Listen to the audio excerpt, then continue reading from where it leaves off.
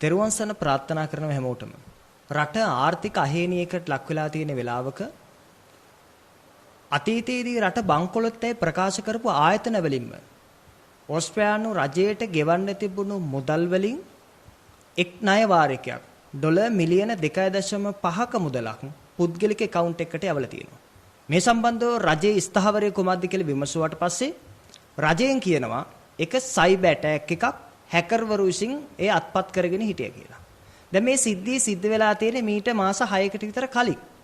මීට මාස 6කට කලින් මෙවන් සිද්ධියක් සිද්ධ වුණා නම් ඔවුන් පළමුව කළ යුතු තිබුණේ අපරාධ පරීක්ෂණ දෙපාර්තමේන්තුවේ පරිගණක අපරාධ අංශයට මේ සම්බන්ධව පැමිණිලි කරන එක.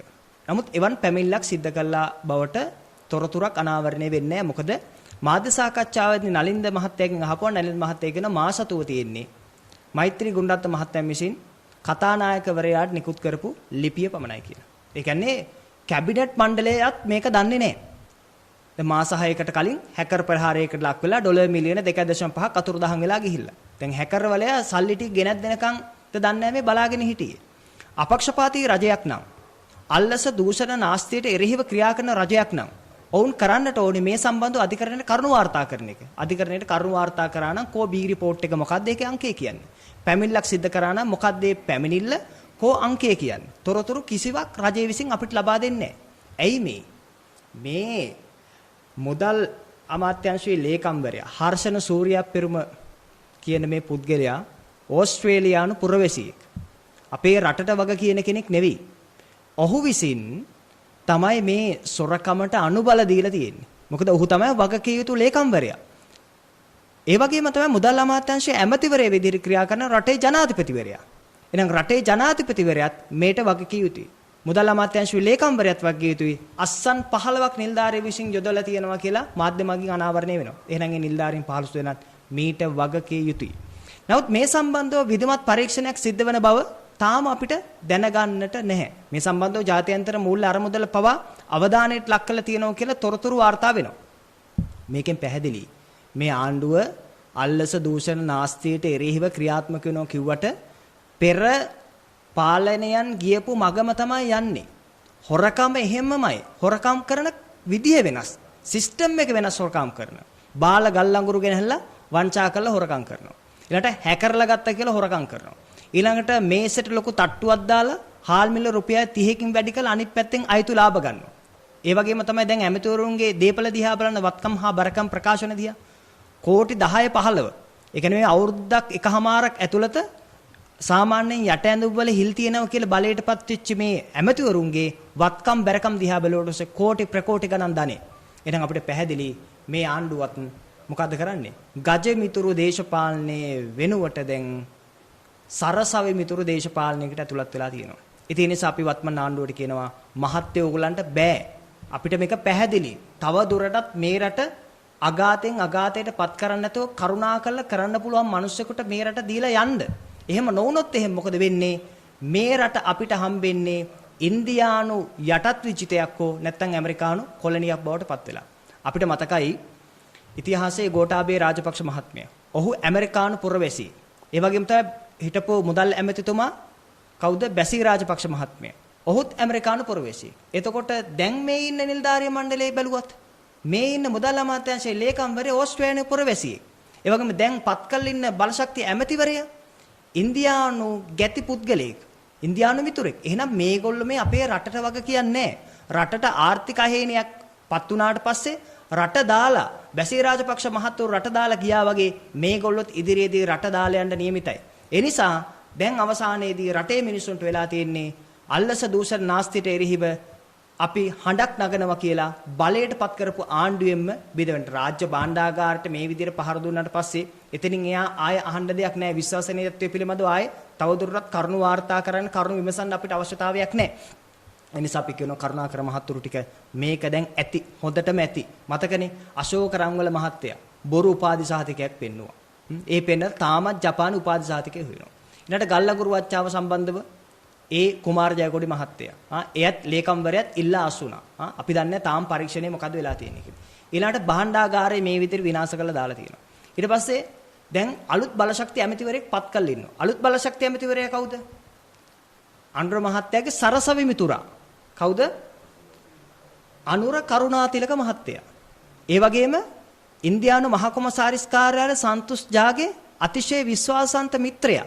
මොහු මුලින්ම හිටියේ ඉදිකිරීම ඇමති විදියට. ඉදිකිරීම ඇමති විදියට ඉඳලා ඉන්දියාවට අවශ්‍ය නිවාස ව්‍යාපෘතිය ලංකාවේ ක්‍රියාත්මක කළාට පස්සේ කන්ටේනර් 323 සිද්ධියත් එක්ක ඔහු වරාය ඇමති බවට පත් වෙනවා.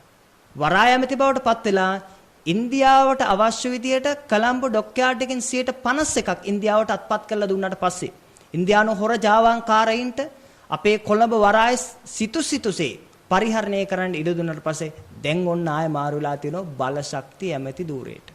දැන් බලශක්ති ඇමති ධූරයට ඇවිල්ලා මොහු මොකද්ද කරන්නේ? මේ බලශක්ති අමාත්‍ය ධූරයට අනුර කරුණාතිලක මහත්තයා පත්වීමත් සමගම සරසවි මිතුරා ඉන්දියානු හිතවතා පත්වීමත් එක්ක ඉන්දියානු උපජනාධිපතිවරයා ඊට සමාන්තරව ලංකාවට එනවා. ඉන්දියානු විදේශ ලේකම්වරයා සමාන්තරව ලංකාවට එනවා. ඇවිල්ලා කියනවා එක්සත් අරබ් එමිරාජ්‍යත් ඉන්දියාව ශ්‍රී ලංකාවත් යාකල එළන නල පද්ධතිය ඒ වගේම බලශක්ති ගිවිසුම් ක්‍රියාත්මක කරන්න කියලා. දැන් එහෙනම් අපිට පැහැදිලි අදානිකේ බලශක්ති කේජු කෑල්ල වන ශ්‍රී ලංකාවේ ඒ කේජු කෑල්ල දෙන්න තමයි මේ බලශක්ති ඇමතිවරයා ඉන්දියානු බලපෑම යටතේ වෙන්න පුළුවන්. අනුර කුමාර දිසානායක මහත්තයා බලශක්ති ඇමති විදිහට පත් කරලා තියෙනවා. එහෙනම් අපිට ගමන් මඟ පැහැදිලි. අතිශයින්ම පැහැදිලි ගමන් මඟ. අපිට මතකයි කුමාර ජයකොඩි මහත්තයා ලවා වංචාවක් සිද්ධ කරනවා ගල්ලංගුරු වංචාව. ගල්ලංගුරු වංචාව සිද්ධ කළා සම්පූර්ණයෙන්ම නොරොච්චෝරේ ඒ බලාගාරයේ බිඳ වැටෙන්න අවශ්‍ය මූලික පදනම දානවා. අපි දන්නේ තා මාසයක් දෙකක් අද්දී යන්ත්‍ර සූත්‍ර ක්‍රියා විරහිත වෙලා සම්පූර්ණයෙන් බිඳ වැටේදී කියලා. මොකද කැලරිෆික්ස් 6100කින් අගයකින් යුක්ත ගල්ලංගුරු දාන්න ඕන එකට කැලරිෆික්ස් 4800කින් යුක්ත ගල්ලංගුරු තමයි දැම්මේ. ඒතකොට මේ යන්ත්‍ර සූත්‍ර බිඳ වැටෙන්න පුළුවන්. ඒත් එක්කම ඒ ගල්ලංගුරු වලින් අහිම් වෙලා යන විදුලිතේ නිෂ්පාදනය කරන්න වැඩිපුර ඩීසල් ගේන්න උනා. ඒ ඩීසල් ගේන්න වෙච්ච නිසා රටේ සම්පූර්ණ ඉන්ධන අර්බුදයකට රට ගියා. ඒ අල්ලපනල්ලේ ඉන්දියාවට දුන්නා වූ තෙල් ටැංකි ටික දඩබඩ ගාලා මොකක් කරන් ගත්තද? පිරිසුදු කරලා ඒ ටික පුරවන්න අවශ්‍ය පසුබිම නිර්මාණය කරන්න ගත්තා. ඒ කියන්නේ ඉන්දියාවට ඕන දේ කරන්න පටන් ගත්තා. දැන් කුමාර ජයකොඩිගෙන් කරගන්න ඕන ටික හරි. දැන් ඒ ටික කරගත්තා. දැන් එයාව පැත්තකින් තියුවා. ඊළඟට තමයි අරුණ කරුණාතිලක මහත්තයා ගේන්නේ. ගෙනහැල්ලා ඉන්දියාවට අවශ්‍ය බලශක්ති සැපයුම බලශක්ති බලාගාර ටික නිර්මාණය කරගන්න එක සිද්ධ කරන්න තමයි බලාපොරොත්තු වෙන්නේ. මේ යන විදිහට ගියොත් අවසානයේදී අපිට රටක් නැති වෙනවා. ඉන්දියානු යටත් විචිතයක් බවට පත් වෙනවා. ඇමරිකානු කොලනියක් බවට රටපත් වෙනවා. ඒ නිසා මහත්තුරු දැන් හොඳටම ඇති පැහැදිලි 159ක් කියලා මල්පැල වගේ ආපු කට්ටියට මේ රට කරන්න බෑ. 159යි ජනාධිපතිවරු 160යි. මීට වඩා වටිනවා මේගොල්ලෝ දෙකට බෙදලා නගුලක තියලා හැවනම් කොළොන්නරුව පැත්තට අරන් ගිහිල්ලා. අක්කර 100ක් විතර කුඹුරු වැඩ කරන්න තිබුණා. ඒකෙන් රටට මොකක් හරි ආදායමක් ළඟා කරගන්න තිබුණා.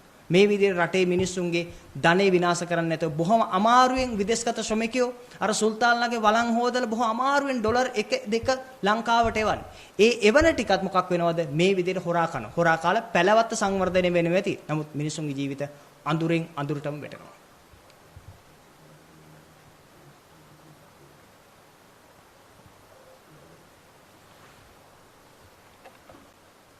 දැන් බලපුරුදු ඇමති කෙනෙක්ටනේ දැන් බලශක්තිය ලබා දීලා තියෙන්නේ.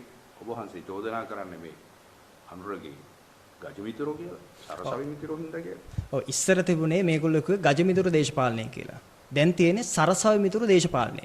නව බලශක්ති අමාත්‍යවරයා ඉන්දියාවේ මහ කොමසාරිස් එක්ක තියෙන සමීප සම්බන්ධය මොකක්ද කියලා අනුර කුමාර දිසානායක මහත්තයා හෙව්වොත් හොඳයි. එහෙම නැත්තොත් එහෙම ඔහු ඉන්දියාවත් එක්ක දාපු ඩීල් මොනවද කියන ඒවා අපි නොදන්නව නෙවෙයි.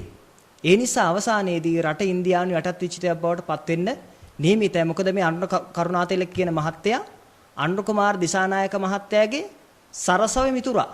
ඉන්දියානු හිතවතා. ඒ ඉන්දියානු හිතවතා සරසවි මිත්‍රයා බලයට ගෙනහැල්ලා ඉන්දියාවට අවශ්‍ය බල ව්‍යාපෘති ක්‍රියාත්මක කරන් තමයි හදන්නේ. එහෙම නැත්තම් කොහොමද කියලා කියන්නකෝ මොහු බලයට පත් වෙනවා සමගම ඉන්දියානු උපජනාධිපතිවරයාත් විදේශ ලේකම්වරයාත් ලංකාවට ඇවිල්ලා ඒ ගහපු ගිවිසුම් ක්‍රියාත්මක කරන්න ඕන 2023 ඉඳන් තමයි අපි මේ ගිවිසුම් පිළිබඳව සාකච්ඡාවට බඳුන් කරේ. ඒ බඳුන් කරපු ගිවිසුම් දැන් ක්‍රියාත්මක කරලා වහාම ඉන්දියාවේ අනුදැනුම යටතේ බලශක්ති කේන්ද්‍ර ස්ථානයේ බවට ත්‍රිකුණාමලයේ පත් කරන්න ඕන කියලා කියන්නේ මොකටද? ඒ ඉන්දියානු ව්‍යාපෘතිය ක්‍රියාත්මක කරන්න. රට යටත් විචිතයක් බවට පත් කරන්න. අවසානයේදී අනුර කුමාර දිසානායක මහත්තයටත් වෙන්නේ අර පහුගිය දවස්වල මේගොල්ලෝ විසීම ප්‍රවර්ධනයකට ලක් කරපු භික්ෂුන් වහන්සේ කියපු කතාව. අචින්තිතම්පි භවති චින්තිතම්පි වෙනස්සති කියවනේ. අනුර කුමාර දිසානායක මහත්තයටත් වෙන්නේ හිතන දේ වෙන්නේ වෙන දේ හිතා ගන්න බැරි වෙන එක අර ගාථාවේ අර්ථය වෙන එකක්. නමුත් උන්වහන්සේ කියපු අර්ථයෙන් කිව්වොත් ඒක තමයි අනුර කුමාර දිසානායක මහත්තයටත් වෙන්නේ. ඒ නිසා අපි කියනවා රටක් එක්ක සෙල්ලම් කරන්න බෑ. මොකද මේ අනුර කරුණාතිලක කියන මහත්මයාට මොකද්ද තියෙන සුදුසුකම් බලශක්ති ධූරිය දරන්න? පැලවත්තෙන් නිර්දේශ විතරයි තියෙන්නේ. දැන් මේ අපි වැළුවොත් එහෙම මුදල් අමාත්‍යාංශයේ ලේකම්වරයා හර්ෂණ සූර්යප්පෙරුම මැතිතුමාට මොකද්ද තියෙන සුදුසුකම මුදල් අමාත්‍යාංශයේ ලේකම් ධූරිය දරන්න? ඔහුට කිසිදු සුදුසුකමක් නැහැ. ඔහු ලංකාවේ පරිපාලන ශාස්ත්‍රයේ ඉහළ නිලධාරියෙක්ද නැහැ. ඔහුට තියෙන එකම නිර්දේශය පැලවත්තේ ටිල්වින් මහත්තයාගේ නිර්දේශය විතරයි. බලන්න මේ සොරකම් ටික සිද්ධ කරන්නට මුදල් අමාත්‍යාංශයේ කොච්චරනම් සංශෝධන ටිකක් සිද්ධ කරලා තියෙනවද කියලා. මම මහ ජනතාවට කියනවා පුළුවන් නම් හොයලා බලන්න මොවුන් බලයට පත් වුණාට පස්සේ මුදල් අමාත්‍යාංශයේ කොච්චර සේවක පිරිසක් වෙනස් කරලා තියෙනවද? ඒ වෙනස් කරපු පිරිසට සංශෝධනය කරපු පිරිසට මොනවද තියෙන ක්වොලිෆිකේෂන් කියලා. හරියට බුලත් විට කඩයක්වත් නොකරපු.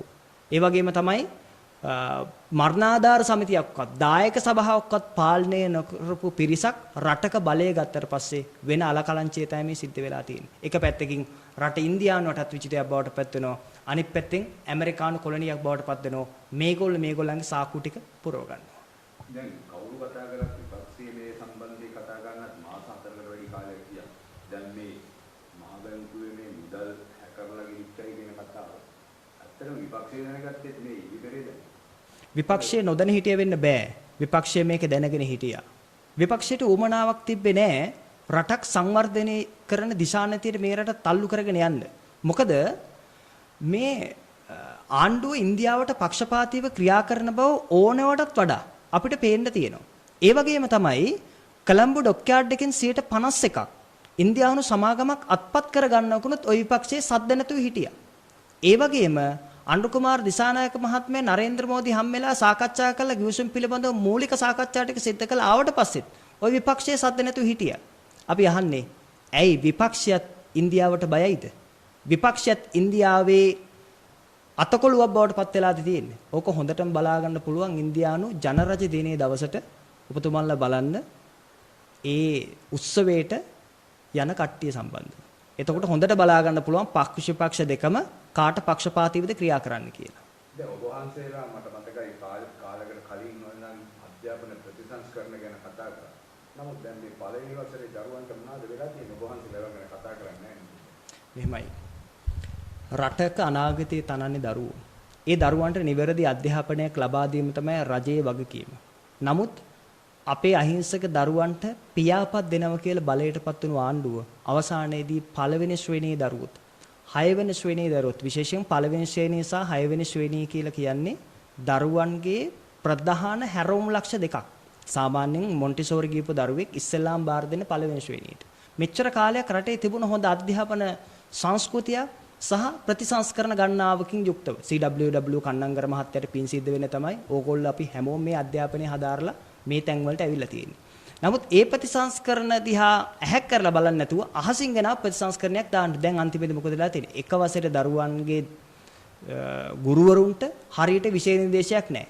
ඒ ගුරුවරු දන්නේ නැහැ මොකද්ද උගන්වන්නේ කියලා. ඒ වගේ තත්යකට පත් වෙලා තියෙනවා. 6 වෙනි ශ්‍රේණියෙත් එහෙමයි. අවසානයේදී සාමාන්‍ය පෙළ ලියන්න යන දරුවා අවුරුද්දකින් දෙකකින් තවත් පිටිපස්සට එනවා. මතක ඇති කොරෝනා කාලේ ඉස්කෝලේ යන්න බැරුව දරුවන්ගේ අධ්‍යාපනය බෙදවටනවා. දැන් කොරෝනාවත් මොකක්වත් නැහැ. උපායශීලීව මේ ආණ්ඩුව උත්සාහවත් වෙන්නේ මොකද? රටේ අධ්‍යාපනය බිඳවට්ටන්න. අධ්‍යාපනය බිඳවට්ටලා මේගොල්ලෝ වගේ නූගත් පිරිසක්, මේගොල්ලෝ වගේ හීන ප්‍රඥාවක් තියෙන මිනිස්සු කොට්ටාසයක් අනාගත දරු පරපුර විදිහට නිර්මාණය කරා. ඇත්තටම අපිට තියෙන බොහොම දුක්මුසු ස්වභාවයක්. මේ සම්බන්ධව මේගොල්ලෝ බලයටපත් වෙන කලින් විපක්ෂයේදී වෘත්තීය සමිති සෑහෙන්න හඬ නැගුවා, කෑ ගැහුවා. දැන් දරුවන්ගේ අධ්‍යාපනය විනාශ කළා. නමුත් ඒ වෘත්තීය සමිති නිහඬයි. ඒ පිළිබඳව කිසිදු සාකච්ඡාවක් නැහැ. ඒක තමයි අපිට තියෙන ප්‍රධානම ප්‍රශ්නේ. ඇයි රජයේ පත් වුණාට පස්සේ දරුවන්ගේ අධ්‍යාපනය මෙච්චර විනාශ කරනකොට වෘත්තීය සමිතිය නිහඬ වෙන්නේ කියන කාරණේ. මේ සම්බන්ධව භික්ෂුන් වහන්සේලා අපේ උල්පෙනී සුමංගල හාමුදුරුවෝ දීර්ඝ පැහැදිලි කිරීම දැවැන්තර සටනක් සිද්ධ කරා. භික්ෂුන් වහන්සේලා නිරන්තරයෙන් රටේ අධ්‍යාපනය පිළිබඳව, සදාචාරය පිළිබඳව, සංස්කෘතිය පිළිබඳව කතා කරනවා. අවාසනාවකට ඒ ක්ෂේත්‍රවල ප්‍රවීණ මිනිස්සු මේ සම්බන්ධ අතීතයේ කතා කරන මිනිස්සු දැන් නිහඬ වෙනවා. ඒක තමයි අපිට තියෙන ප්‍රධානම ප්‍රශ්නේ. දැන් අද දවසේ නම් බුද්ධ චීවරය ගැන කතා කරනකොට අසුබ කතා තමයි අහන්න ලැබෙන්නේ. දැන් අර වන්තොට්ටුවේදී වෙච්ච සිදුවීම බරපතල සිදුවීමක්. දැන් ආමුදුරන් පුළුවන් මේ අපේ ආමුදුරන්ට පුළුවන් ද පාර ජීවත් කරන්න? මෙහෙම අපි මුලින්ම මතක් කරන්න ඕනේ මේ ආණ්ඩුව කියලා කියන්නේ ජාතියට විරුද්ධ වුණු ආගමට විරුද්ධ වුණු ආණ්ඩුවක්. අසිංහල, අබෞද්ධ, බෞද්ධ විරෝධී ආණ්ඩුවක්. බෞද්ධ විරෝධී ආණ්ඩුවක් යටතේ තමයි මේ සිද්ධිය වෙන්නේ. ඒ නිසා අපිට සැක උපදවන සුළුයි. සාමාන්‍යයෙන් තායිලන්තයේ ඉඳන් ලංකාවට මේ විදිහට භික්ෂුන් වහන්සේලා යයි කියා ගන්නාව පුද්ගලයෝ 20 දෙනෙක් අතරේ මේක රැගෙන ආවා කියලා තමයි කියන්නේ කුෂ්සා හැස් කියන මත්ද්‍රව්‍යය. ඒතර සාමාන්‍යයෙන් තායිලන්තයේ කුෂ් කියන මත්ද්‍රව්‍යය තහනම් නැහැ. අරගෙන එන්න පුළුවන්. නමුත් ලංකාව වගේ රටක ඒක තහනම් මත්ද්‍රව්‍යයක්. එතකොට තායිලන්තයේ කියලා කියන්නේ මේ මත්ද්‍රව්‍ය ජාවාරම් කරුවන්ගේ තිත් පොලක්. සමහර විට මේ භික්ෂුන් වහන්සේලාව මේ මත්ද්‍රව්‍ය ජාවාරමටම සම්බන්ධ කරගන්න ඕන නිසා රහසිගතව සිවුරු පොරවල තට්ටේ බාලා එහෙම කළා වෙන්නත් පුළුවන්. එහෙම නැත්නම් උපාශීලීව ශාසනයට ඇතුල් කළා වෙන්නත් පුළුවන්. එහෙම නැත්නම් මේගොල්ලෝ අපි දැක්ක පුවත්පත්වල සඳහන් වෙලා තියෙන ආකාරයට තාම අපේ මහානායක හාමුදුරුවෝ ඇතුළු ගෞරවනීය ස්වාමීන්ද්‍රයන් වහන්සේලා මේ සම්බන්ධ විමර්ශනය කරගෙන යන ගමන් කරුණු වාර්තා හොයාගන්න ගමන් තියෙන්නේ. එතකොට අපි දැක්ක මේ උසස් අධ්‍යාපනය හදාරනවා කියන කාරණය. ඒතර අපි දන්නවා සාමාන්‍යයෙන් පුංචි කාලේ දරුවෙක් පැවිදි භූමියටපත් වුණාට පස්සේ පිරිවෙන් අධ්‍යාපනය හදාarලා අවසානයේදී විශ්වවිද්‍යාලයට යන්නේ. විශ්වවිද්‍යාලයට ගියාට පස්සේ පෙරටුගාමී සමාජවාදී පක්ෂයත් ඒ වගේම ජනතා විමුක්ති පෙරමුණෙත් ඉන්න ඒ ශිෂ්‍ය සංඝම් මේ භික්ෂුන් වහන්සේලාට මාක්ස්වාදී චින්තනයන් උගන්වලා සම්පූර්ණ මනස විකෘති කරනවා. අර සංවරශීලී භික්ෂුව අවසානයේදී මහා අසංවර භික්ෂුවක් බවට විශ්වවිද්‍යාලය ඇතුළතදී පත් කරනවා. ඊට පස්සේ තමයි මද්ද්‍රව්‍ය අනම්මනම් හැම දෙයකටම හුරු කරවන්නේ. ඉතින් ඒ විදිහට උපාශීලීව මොකක් හරි පක්ෂයක මෙහෙවීමෙන් මේ දී සිද්ධ වුණා වෙන්නත් පුළුවන්. මූලික වශයෙන් අපි හොයාගන්න ඕනේ ඇත්තට මේ සත්‍ය භික්ෂුන් වහන්සේලාද? ඒ වගේම තමයි සත්‍ය භික්ෂුන් වහන්සේලා නම් ඔවුන් මේ වගේ තත්යකටපත් උනේ කොහොමද? ඊට අවශ්‍ය පසුබිම මොකක්ද කියන කාරණය. අපි රජයේ නීතියට බාධා කරන්නේ නැහැ. එහෙනම් වරදක් සිද්ධ වෙලා තියෙනවා රජයේ විසින් විමර්ශනය කරගෙන ගිහිල්ලා ඒ අවශ්‍ය දඩුවම් ලබා දී යුතුයි. ඒකට අපි මෙරියත් වෙන්නේ නැහැ. වරදක් සිද්ධ කළා තියෙනවා. අනිත් කාරණය මොවුන් භික්ෂුන් වහන්සේලා නෙවෙයි නම් අන්න එතන තමයි ප්‍රශ්නේ තියෙන්නේ. භික්ෂුන් වහන්සේලා නෙවෙයි නම් මේ උපාය සකස් කළේ කවුද කියන්නේ. සමහර භික්ෂුන් වහන්සේලාටම නොදැනුවත්ව රහසිගතව මේ දේවල් දාලා උන්වහන්සේලා අහු කළ දෙන්න උපායක් ක්‍රියාත්මක කළා වෙන්නත් පුළුවන්. ඒ නිසා පැති ගන්නාවකම විමර්ශනය කළ යුතුයි. විමර්ශනය කරලා අපි බලන්න ඕනේ මොකක්ද මේ සිද්ධ වෙලා තියෙන්නේ කියලා. මොකද අන්‍යාගමික පිරිස් අතිනුත් මෙවැනි දේවල් සිද්ධ නොවෙනව නෙවෙයි. හැබැයි අපි දැක්ක මේ ආණ්ඩුව ආපු දවසේ ඉඳන්ම පහර දුන්නේ කාටද? සිංහලයට, බෞද්ධයට. අපිට හොඳටම මතකයි කතෝලික පූජකෙක් පොලිසියෙන් අත්අඩංගුවට ගන්න ගිය වෙලාවේ පොලිසිය එතුමාට පහර දුන්නේ කියලා පොලිසිය 6 දෙනෙක් ඉන්ටර්ඩික් කරා.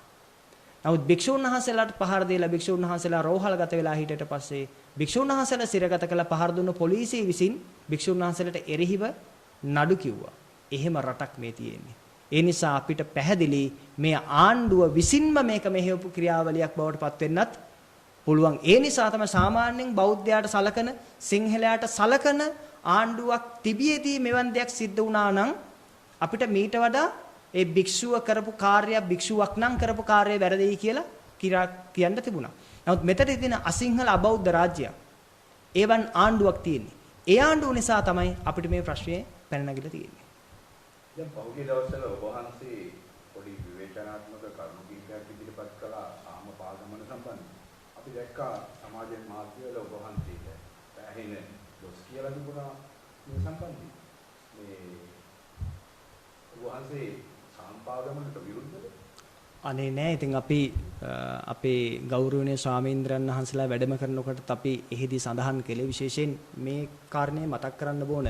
අපි සාමපාගමන ගැන කියන්න පවත්වපු මාධ්‍ය සාකච්ඡාවක් නෙවෙයි. ඔබතුමන්ලා ඒක දන්නවා. අපි උතුරේ නාවක්කුලේ විහාරස්ථානයේ භික්ෂුන් වහන්සේලා අධිකරණ නියෝගයකින් බැහැර වෙන ලෙසට නියෝගයක් ලැබිලා තිබීදී අප කොන්දේශයක් දාලා තියදී ඒ සම්බන්ධව පවත්වපු මාධ්‍ය සාකච්ඡාවකදී අහපු ප්‍රශ්නයකට දීපු උත්තරයක් තමයි ওই විදිහට සමාජයේ කතා බහට ලක්ුණේ. ඉතින් එතෙන්දී අපි කිව්වා සාමපාගමන්ට වැඩම කරන භික්ෂුන් වහන්සේලා අපි තමත් ගෞරවයෙන් පිළිගන්න උන්වහන්සේලාට ආගන්තුක සත්කාර අපි සිද්ධ කරනවා කියන කාරණය. එහිදී අපි සඳහන් කළේ මේ දැන් පේනවනේ සාමපාගමන්ට අපේ ලංකාවේ ආණ්ඩුව මැදිහත් වෙලා සිද්ධ කරලා තියෙනදී අපි කිව්වා රාජ්‍ය අනුග්‍රහය දෙනවා නම් ප්‍රශස්ත මැදිහත් වීමක් මේ සඳහා සිද්ධ කළ යුතුයි කියන එක. ඒ වගේම තමයි සුනකේව සමග පාගමන් යනවා නම් ලංකාවේ සාමාන්‍යයෙන් වීදි බල්ලන්ගෙන් වෙන්න තියෙන හානිය අපි කිව්වා. දැන් ඒක අපිට සක්සුදක්සේ පැහැදිලි යම් බල්ලෝ කීප දෙනෙක්ගෙන් මම හිතන්නේ ඒ ආලෝකයට යම් හිංසනයක් සිද්ධ වෙන්න ගියා කමාන්ඩෝ නිලධාරිය විසින් ඒ බල්ලව ආරක්ෂා කරගත්තා. ඉතින් අන්නේ කාරණේ තමයි අපි පැහැදිලි කරේ. ඒ වගේම තමයි අපි කිව්වා මේක සාමපාගමනක් කියලා කියනවා නම් ඒ සාමයේ පිනිස කටයුතු කළ යුතු වන්නේ යුද්ධය ඇවිල්ලා තියෙන රටවල් වල. දැන් ඒ සම්බන්ධව අපි ප්‍රශස්ත කතාවක් කියද්දී ඒ වගේම තේරවාද සම්ප්‍රදායට අනුකූලව මේ පාගමන සිද්ධ විය යුතුයි කියලා කිව්වා. අපි ඒක කිව්වේ රාජ්‍ය අනුග්‍රහය ලබා දෙන්න නිසා. රාජ්‍ය අනුග්‍රහය කියලා කියන්නේ අපේ රට තේරවාද බෞද්ධ රාජ්‍යයක් විදිහට තමයි ලෝකයේ පිළි අරගෙන තියෙන්නේ. අපිට භාගතුන් වහන්සේ කියලා තියෙන ඕනෑම දෙයකදී යම් භික්ෂුවක් යම් දෙයක් කියනවා නම් පිරිසක් එක්ක කියනවා නම් අපිට කියලා තියෙන්නේ දීඝනිකාය පරිනිබ්බාන සූත්‍රයට අනුව සුත්තේ ඔසාරේ තබ්බානි විනය සන්දස්සේ තබ්බානි. සූත්‍රයට බහා බලන්න විනයට සසදන්න ගැළපෙනවා නම් බුද්ධ භාෂිතයක් විදිහට ගන්න නොගැළපෙනවා නම් බැහැර කරන්න කියලා. ඉතින් මේ සාමපාගමන කියන එක අපි සූත්‍රයට බහා බැලුවා. සූත්‍රයට බහා බලනකොට දීඝනිකාය බ්‍රහ්මජාල සූත්‍රයේදී චුල්ල සීලයේ අර්ථය පැහැදිලිව සඳහන් කරනවා භාගතුන් වහන්සේ තිරිසන් සත්තුන් භික්ෂුව ඇසුරු කරන්නේ නැහැ කියන එක පිළිගන්නේ නැහැ කියන එක. ඉතින් ඒ නිසා අපි ඉතිහාසයේ දැකලා නැහැ මේ බල්ලොත් එක්ක නැත්තම් සුනකයන් සමග පාගමන් යනවා කියලා. ඊළාට විනය සන්දස්සේ තබ්බානේ විනයට බහා බැලුවට පස්සේ විනය පිටකේ පරාජිකා පාළිවල සංකාතිශේෂ කාණ්ඩයට ගියාට පස්සේ තිරිසංගත සතෙක් ස්පර්ශ කරන්නත් අහනම්. ස්පර්ශය දුෂ්කටාපත්තියක් වෙනවා. ඒ නිසා අපි කිව්ව මේ වනගත භික්ෂුවගේ ප්‍රතිබිම්බයක් තමයි මෙතන පෙන්වන්නේ නේ. ග්‍රාමවාසී භික්ෂුවක් නෙවෙයි. වනගතව බෞද්ධන්ට ගුණදහම් පුරන භික්ෂුන් වහන්සේලා කියලා තමයි මේ පෙන්වන්නේ. ඒ පෙන්නකොට මීට වඩා ප්‍රශස්ත විදියට ගුණදහම් පුරන 100,000 ගුණයක් භික්ෂුන් වහන්සේලා ලංකාවේ ඉන්න උන්වහන්සේලා මාධ්‍ය ප්‍රචාරණ නැතුව පාගමන් ගියා. පහුගිය දවස්වල උතුරු නැගෙනහිරත් පාගමන් ගියා. මට මතක තියෙනවා වල්පොල ගෞතම හාමුදුරුවෝ ඒ සඳහා ගිලන්පස පූජාවන් පවා සිද්ධ කරා. උන්වහන්සේ තමයි දීර්ඝ කාලයක් ඒ භික්ෂුන් වහන්සේලාට අවශ්‍ය පහසුකම් ටික හරි සැපෙව රජෙන් සැපෙව්වේ නැහැ. ඒත් ওই විදිහට මුස්ලිම් දෙමළ සිංහල තුන්ගොල්ල මේ භික්ෂුන් වහන්සේලාට සහයෝගය දක්වනවා. නමුත් මෙච්චර මාධ්‍යෙන් එහෙම එකක් දුන්නේ නැහැ. ඒ වගේ තමයි පාංශකුල චීවරය සම්බන්ධව. බුදුරජාණන් වහන්සේ දේශනා කළේ නොඑක් වර්ණ වලින් එහෙම පළඳින්න බෑ. එහෙම අඳින්න බෑ. ඉතින් ඒ තේරවාදයේ ස්ථාවරය අපි පැහැදිලි කරන සංක්ෂිප්තව අපි කිව්වා පාගමන සිද්ධ වෙනවා නම් සිද්ධ වෙන්න ඕනේ තේරවාද සම්ප්‍රදායට අනුකූලව කියලා. මොකද රාජ්‍ය විසින් අනුග්‍රහය දෙන නිසා. එහෙම නැත්නම් අපිට ඒක ප්‍රශ්නයක්. මොකද රාජ්‍යයේ පෙනී ඉන්නේ තේරවාද බෞද්ධ රටක් විදිහට මේ ලංකාව. ඒ නිසායි අපි මේ ප්‍රකාශය සිද්ධ කරේ. ඒක පඤ්ඤාවන්තානං අයන් ධම්මෝ නායන් දුප්පඤ්ඤස්ස කියන මේ දහම් ප්‍රඥාවන්තයට මිසක් දුෂ්ප්‍රඥයන්ට නෙවෙයි. ඒ නිසා මෝඩ මිනිස්සු මේක වැරද්දෙනකින් අල්ලගත්තා. ඇයි ඒ බල්ලට අපි බැන්නෙත් නැහැ. බල්ලට අපි දොස් කිව්වෙත් නැහැ. අපි කිව්වේ ආලෝක කියන සුනකේ ලංකාවේ අරගෙන යනවා නම් වෙන්න පුළුවන් අලකලංචිය. ඒ වගේම ගර්ම කලාපීය රටක් කියලා කිව්වා ලංකාවේ. එහෙ වගේ නෙමෙයි පයින් යන ඇවිදගෙන යන එක පහසු නෑ. ඉතින් භික්ෂුන් වහන්සේලා අසනීප වෙලා තියෙනවා. ඒ සුනකයට පවා පයින් යදි යම් ප්‍රශ්න ඇති වෙලා තියෙනවා. දැන් බලන්නකො සාම්පාගමන්ට මොකද වෙලා තියෙන්නේ කියලා. පව් ඒ පඤ්ඤාකාර ස්වාමීන් වහන්සේ ඇමරිකාවේ ගියපු විදිහට බලනකො දැන් පාගමන යන්නේ. උන්වහන්සේගේ මූණ දිහා බලපන් කොච්චර තෙහෙට්ටුවද. උන්වහන්සේට කෑ ගහලා කියන්න වෙලා තියෙනවා නිහඬ වෙන්න නිශ්ශබ්ද වෙන්න කියලා. ජනාධිපති මාධ්‍යංශයේ පොලිසිය එතන රණ්ඩු වෙනවා. දැන් රාජ්‍ය අසමගීනේ. ජනාධිපති මාධ්‍යංශයයි පොලිසියයි රණ්ඩු වෙනවා. ඊළඟට සාමාන්‍යයෙන් මේ පාගමන යනකොට කොච්චර ලස්සන විදිහට මේක සංවිධානය කරන් තිබුණත් මුළු ලෝකේම අවධානය දිනා ගන්නවා නම් ප්‍රශස්ත මැදිහත් වීමක් සංවිධායකවරුන්ට මම ඒ වචනේ දැන් නැවතත් කියනවා. ප්‍රශස්ත විදිහට සංවිධායකවරුන්ට මේක සංවිධානය කරන් තිබුණා කියලා. ලංකාව පිළිබඳව ලෝකෙටම චිත්‍රයක් එනවනම් මොකද්ද කරන් තිබුණේ? සංචාරක ආකර්ෂණය දිනා ගන්න පුළුවන් විදිහට මුළු මාධ්‍යෙම මේක දෙන්න තිබුණා. එහෙම දුන්නෙත් නෑ. අර පුද්ගලික මාධ්‍යයක් අරගෙන ඇවිල්ලා කෑගහ යන්නක සම්පූර්ණ මේක අසාර්ථක කරා. අවසානයේදී හාමුදුරුවම කිව්වා නිශ්ශබ්ද වෙන්න කෑ ගහනවා නම් අපිට ඉඩ දෙන්නේ නැත්නම් අපි පාගමන වඩින්නේ නැහැ කියලා කියන්න උනා. මං හිතා උන්වහන්සේට සාම් පාගම එපා වෙන්නේ නැති ලංකාවට ආවට පස්සේ මුළු රටක් මේ අපේ ශ්‍රී ලංකාවේ පුණ්‍ය භූමිය මුළු ලෝකයක් ඉස්සරහා ලැජ්ජාවටපත් කරන්නේ අනුර කුමාර දිසානායක මහත්තයා. මොවුන්ට මේ පාගමනුවත් විධිමත් සංවිධානය කරගන්න බැරි වුණා. අතීතයේදී දළදා වහන්සේ ප්‍රදර්ශනය කරා. එතෙන්දිත් මොකද කරේ? එතෙන්දිත් මේකමයි කරේ. සංවිධානය කරගන්න බැරුණා. ඇයි? බෞද්ධ විරෝධී අසිංහල ආණ්ඩුවකට කවදාවත් ආශිර්වාදයක් ලැබෙන්නේ නැහැ. බෞද්ධ ක්‍රියාවලියක් නිවැරදිව සිද්ධ කරන්න. දැන් පොලිසියයි හමුදාවයි ජනාධිපති මාධ්‍යංශයයි පාගමනක් එනවා. ඒකස්සෙන් ඉඩක් තිබුණොත් හාමුදුරුවොත් මොකද කරන්නේ? පාගමනින් වැඩම කරනවා. එවන් තත්යකට රට වැටලා තියෙන්නේ. ඒ නිසා අපි කියන්නේ මේ විහිළු සහගත දේවල් ඕනේ අපි ඒ සම්බන්ධව ප්‍රශස්ත මැදිහත් වීමක් සිද්ධ කරද්දී අදහස් දැක්වීමක් සිද්ධ කරද්දී මේක රිදුනේයි කියන එක අපි පොඩ්ඩක් බැලුවා. ඇයි මෙච්චරම රිදුනේ කියලා. බලන් ගියම් මේ බල්ලගේ නිජ භූමිය ඉන්දියාව. හරිනේ. ඉතින් පැලවත්තට රිදෙන්න එපා. මොකද මේ ඉන්දියානු ව්‍යාප්තවාදය ගැන කතා කරගෙන ආවට මේ තියෙන ඉන්දියානු ගැතිභාවයනේ. ඉතින් ආලෝක සම්බන්ධව අදහසක් ප්‍රකාශ කිරීමත් පැලවත්ත කාර්යාලයට රිදෙන්න කාරණයක් බවට පත් වුණා. මොකද මේ ගල්ලංගරු වංචාවල්, බහණ්ඩාගාර වංචාවල්, මේ මිනිස්සුන්ට ජීවන බර දරා ගන්න බැරුව මහ ජනතාව ආණ්ඩුවට එරෙහිව දක්වන අදහස් මේ සියල්ල යටපත් කරන්න එල්ලෙන්න තියෙන එකම වැල තමයි පඤ්ඤාකාර ස්වාමීන් වහන්සේගෙත් අර ආලෝක කියන සුනකයාගෙත් ඇඟේ එල්ලලා යන්න තියෙන පාගමන. ඒක සම්බන්ධව අදහසක් ප්‍රකාශ කරපුවා. මොකද ඉවක් බලක් හැවිල්ලක් බැලලා මොකද කිව්වේ කියන එක බැලුවෙත් නෑ. මොකද කරේ? බැනගෙන යන්න ගත්තා. ඒක තමයි පැලවත්තේ හැටි. බැරි වෙලා හරි පැලවත්ත කාර්යාලයෙන් ඔය ඩෝබි බලකායට කිව්වොත් එහෙම ඔයාගේ සදාදරණීය බිරිඳ පැලවත්තෙන් තියලා ඇමරිකාවට හරි ඉන්දියාවට හරි යන්න කියලා ඒකත් මේ හාදේව ටික කරනවා. ඒ තරම්ම අන්ධ භක්තියකින් පෙළෙන්නේ. ඒ නිසා හරි භයානක තැනක රට තියෙන්නේ. ඇයි ඒ? ඊතරම්ම ගැතිභාවයක් ඉන්දියාවට ඇමරිකාවට ඊතරම්ම ගැතිභාවයක් තමයි මේ ජනතා විමුක්ති පෙරමුණේ තියෙන. ඇත්තරම පව් 60000ක් ජීවිත පරිත්‍යාග කළානේ. වීරෝදාර දේශප්‍රේමී මිනිස්සු. දැන් මොකද වෙලා තියෙන්නේ? ඒ හොඳ මිනිස්සු මතින් ගොඩ නැගුණු මේ බලවේගය සම්පූර්ණයෙන්ම ධනවාදී ස්වරූපයකටම ගමන් කළා. මේ නිර්ධනය වෙනුවෙන් නෙවෙයි දැන් පෙනී ඉන්නේ. මාක්ස්වාදයක් නෙවෙයි දැන් තියෙන්නේ. දැන් කිලිම ධනවාදයේ පැත්තට පෙනී ඉilla. කොහොම හරි කවන්නේ මේ සීල දේවල් යටපත් කරන්න අර සුනකයේ ගැඟේ හරි එල්ලෙන්න තමයි මේ ආණ්ඩුව බලමින් ඉන්නේ. ඒ නිසා තමයි විවේචන ඉල්ල කරන්නේ. අපිට නම් ඒ වෙතින්ච ප්‍රශ්නයක් නැහැ. මොකද අපි ඇත්ත කතාව කිව්වා. ඒ කතාව ප්‍රඥාගෝචරව ගත්තු අය ගත්ත. අපි අදහසක් ප්‍රකාශ කරන අපේ පුද්ගලික මතය විතරක් නෙවෙයි. අපි අදහසක් ප්‍රකාශ කරන කලින් අරණ්‍යගත වනගත භික්ෂුන් වහන්සේලාත් එක්ක සාකච්ඡා කරනවා. සාකච්ඡා කළ ධර්මයට විනයට ගැළපෙනවද කියලා බලනවා. බලලා තමයි මේ අදහස අපි ප්‍රකාශ කරන්නේ. එහෙදි තමයි අපිට පැහැදිලුනේ මේ පාගමනේදී යන සංස්කෘතිය සූත්‍ර වලට එරෙහි විනයට එරෙහි. අනිත් එක බුදුරජාණන් වහන්සේ දේශනා කරනවා මොකක්ද? චරත බික්කවේ චාරිකම් බහුජන හිතය බහුජන සුඛය. මහණෙනි චාරිකාවේ හැසිරෙන්න බොහෝ ජනයාට හිතසුව පිණිස කියලා. හිතසුව පිණිස හැසිරෙන්න කියලා කියන්නේ තිරිසන් සත්ත්වෙක් පෙරටු කොටගෙන යන්න කියන එක නෙවෙයි. බුදුරජාණන් වහන්සේගේ ධර්මයේ ලෝකෙට දේශනා කරන්න කියලා. මුල මැද අග යහපත් ධර්මයේ දේශනා කරන්න කියලා. මොකද්ද මුල මැද අග යහපත් ධර්මයේ? මුලින් දුක පෙන්නනවා, මැදින් දුකට හේතුව පෙන්නනවා, අගින් දුක නැති කිරීම පෙන්නනවා. නේ ස්වකහත ධර්මයේ. ඒ කියන්නේ චතුරාර්ය සත්‍ය. එන චතුරාර්ය සත්‍ය දේශනාවෙන් මිනිස්සු මාර්ගඵල අවබෝධ කරන්නට පූර්ණ භ්‍රමචර්යාව දේශනා කරන්න කියලා තමයි භාගතුන් වහන්සේගේ පාදචාරිකාවේ ගිහිල්ලා. උන්වහන්සේලාගේ අරමුණ ලෝකෙට සාමය ගේන එක නම්. උන්වහන්සේලා ඇමරිකානු ජාතිය වෙනුවෙන් පෙනී ඉදිමින් එහෙ පාගමන් ගියා නම් මං කියන්නේ තව තවත් වැඩිපුර ඇමරිකාවෙම උන්වහන්සේලා වඩන එක තමයි වඩා උචිත. මම මේ ලංකාවට අපිට ප්‍රතික්ෂේප කරනව නෙවෙයි. මොකද ඇමරිකාවේ සුදු ජාතීන් විසින් කළු හැම දරන මිනිස්සුන්ට කොච්චර අසාධාරණයක් සිද්ධ කරනවද? කොච්චර ඝාතන සිද්ධ කරනවද?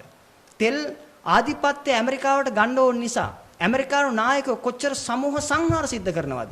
එහෙනම් කරන්න ඕනි අර නිග්‍රෝධ සාමණේරයන් වහන්සේ චණ්ඩාශෝක රජතුමා ධර්මාශෝක බවට පත් කරා වගේ ඇමරිකාවේ බොහෝ පාගමන් ගිහිල්ලා ඡණ්ඩ වෙලා ඉන්න ට්‍රම්ප් ප්‍රචණ්ඩත්වයෙන් මුදවලා ධර්මානුකූල තත්වයට පත් කරගන්නේ. උන්වහන්සේලා ලංකාවට වැඩම කළා. ශ්‍රීමා බෝධීන් වහන්සේ නමක් ඇමරිකාවට වඩම්මන එකට අපි බොහොම සතුටුයි.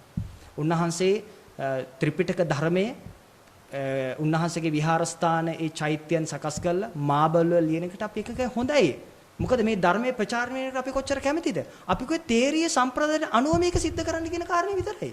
වෙන මොකුත් කිව්වේ නැහැ. ඒක තමයි පැලවත ඩෝබ් බලකායට රිදලා තියෙන්නේ.